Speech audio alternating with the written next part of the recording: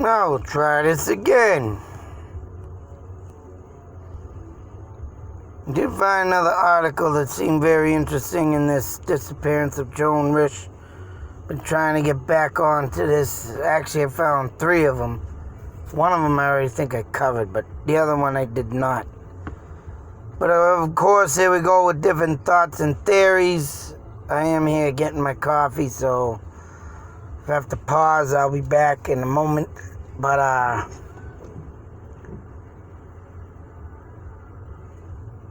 this one has different information in it. And that would be about the day she went missing.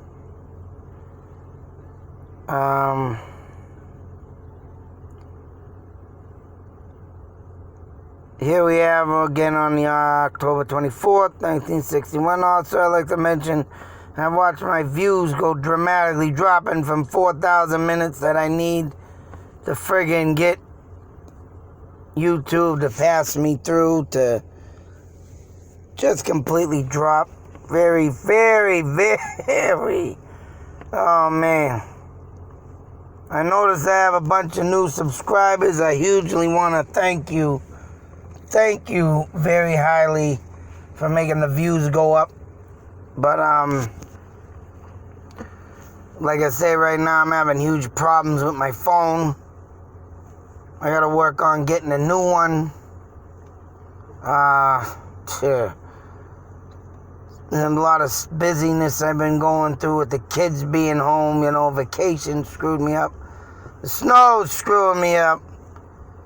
And so forth. But other than that, trying to get some stuff going on here. And this story I wanted to get back into, but as you can see, I've been drawn away from it. I wanted to get them other stories in too, but this one is very, very bizarre. And it's still just, I have a connection to it for some apparent reason. I do want to get back out to the actual place and get to the actual street that does not exist. I was in the wrong area of the first video I did, but you know what? It's all good. But I'm going to pause a moment because I want to get my coffee. I will be back after this commercial break. Don't wear underwear when you're... always carry underwear in your glove box in case you get in an accident and pee and poop yourself. I'll be back. So as I was saying, this has a different thought and theory of the, now here we have the, where the hell was it? Returned home at 11. Around noon, Joan made the children lunch. I wanted to get to the part where it says, a little before 2 p.m. Joan had Lillian go with Douglas to his house to play. Now we all know this in the other videos I made. But at 3:40 p.m., Barbara sent Lillian back to her house, and she returned home from shopping at 4:15. So 3:40, 4:15, and say that's about a half an hour time span. Or half an hour and 5 minutes. And but David was crying.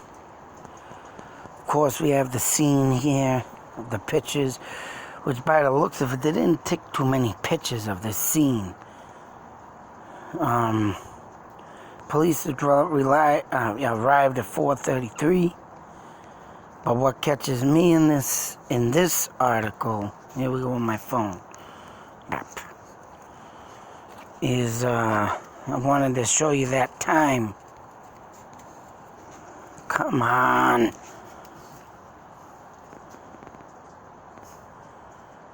Reports, and this has all kinds of different stuff in here with fingerprints, never found out whose it was.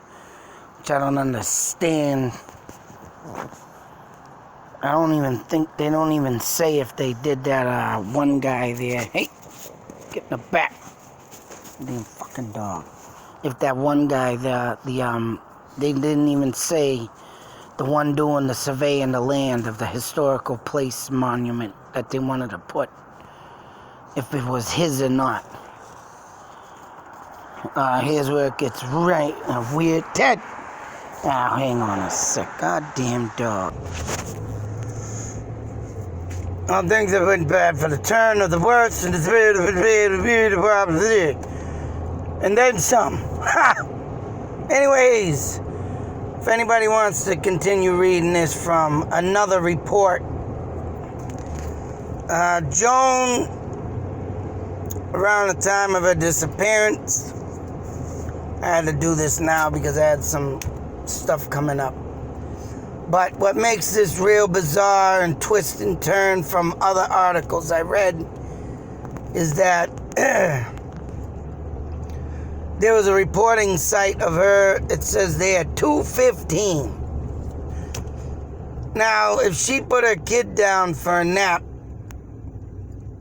shortly before 2, as they claim, and the kid took an hour to sleep, maybe up to 2 hours of sleep. I mean, could someone please tell me how in about 20 to 25 minutes, let's say, to be safe, would this woman be able to smear blood, walk upstairs, leave blood around the house, and then walk out the door, run back to the garage, whatever this. Now, whether or not the woman across the street, Barbara, she's seen her doing this stuff, or that is why she freaked out and turned around and went running back in, is beyond me. But another witness had claimed also that there had been a sedan Oldsmobile there behind the car. So, I mean, and like I say in my previous videos, that I think someone timed this out just right for them to bring up the car before Barbara would see anything, and then get Joan out of there as soon as possible. Whether that person was at another place and got a call, or they just knew what time they wanted to pick her up. That's what I believe. But to have that much time to disappear within 20 minutes, it's just like, this is like I say, similarities to Maura Murray. Short gapped window, witnesses seeing her, and then all of a sudden, off from existence, gone without a trace. And I mean, this one, yeah, they said the cleaners had brought clean clothes. I think I forgot to mention that. And that's how the coat hanger got involved. Talking about in-home abortions. I tried to look up in-home abortions back in the 1960s. I didn't find much or anything at that, but there's other things I gotta put in for search, because I don't think you're gonna bladder out on the internet something like that and it's just gonna pop up. So I mean, I'm gonna look more, I gotta look more into that.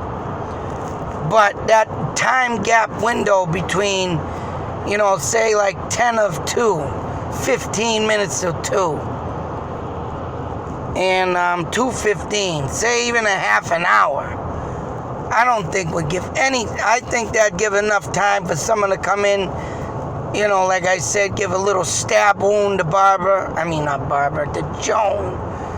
Joan, to get her all messed up. Enough to say, hey, oh crap, I messed up on this one. It was supposed to happen this way, but it ended up that way. But anyways, and another thing, I gotta do another mapping, because now I have the whereabouts of where she was walking. And this one claims of the Cambridge Reservoir, and that was over by Winter Street. It is by Winter Street. Winter Street stops right at the bottom of, or starts right at the bottom of the Cambridge Reservoir. So, I mean, all in all, and even within this time, how did she get, and it was saying 200 yards to Route 2A from her street, which that's why I gotta go back out there and check this, because that means her house was very close to the entrance of this road, new Old Bedford Road that don't exist.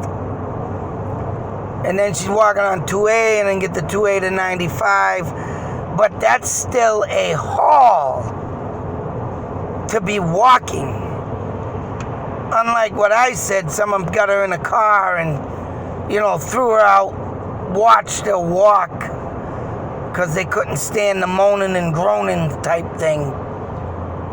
But there was 2 different sightings, 2 different areas, and it's a very long stretch to be up in the 4 o'clock range. That would take a lot longer than what I would think, being if you see the mapping that I'm going to show. But,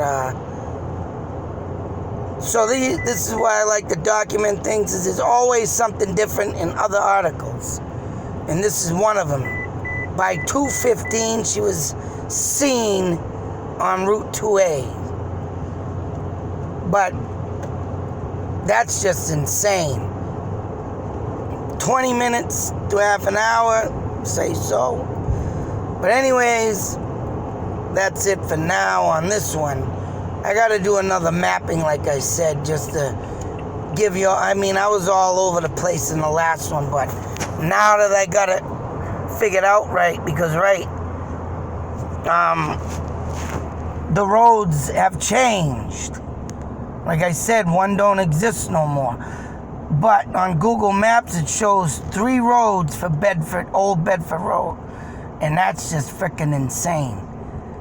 But until that next video, be safe, take care, beware. And I'm trying to get out there, like I said, do more videos. But, oh man, I noticed, like I said, a lot of views for some reason. I don't know if it's because I ain't been doing much. But like I say, you gotta bear with me. I'm having troubles with this friggin' phone. It's working now, but sometimes when I get going, it sucks. But like I also said earlier in the video, thank you all for the new subscribers. I hope they keep coming in, because I have a plan to do something to YouTube later on if they don't match my needs of what I need to do by getting the 1,000 subscribers, watch minutes, and so forth. Because I think they owe me some money. And they owe me some rightful money. But till that next video, out.